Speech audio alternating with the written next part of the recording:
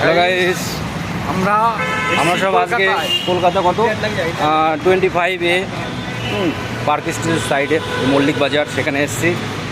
সব আজকে আমাদের ফিঙ্গার হলো সুদির জন্য, এটা লাস্ট। এরপর আর কোনো প্রসিডিওর নেই। এখন প্লেন টিকিট দিলে পরে একদম হাওয়ায় উড়ে চলে যাব। এবার ওখানে কি হবে না হবে, আমরা কিন্তু ফ্রেশার, কোনো এক্সপিরিয়েন্স আমাদের নেই। সেই অনুযায়ী আমরা আপডেটটা আপনাদের দেবো ওখানে যাওয়ার পর, তাই তো? এটা হলো আমার একটা ভাগ্নে, অবশ্যই আমরা দুজনেই ফ্রেশার। হ্যালো বলে দেন। হ্যাঁ, হ্যালো।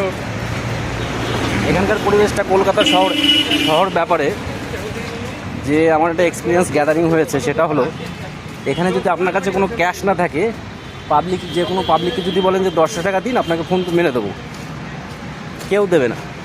এখানে মানুষ আছে কিন্তু মানুষের মনুষ্যত্ব বোধ নেই।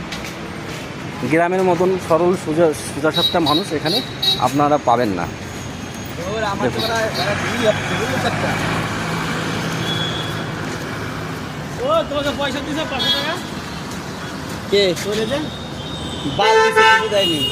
প্রচুর ট্রাফিক আছে, প্রচুর গাড়ি ঘোড়া এখানে দিনে চলাচল করে।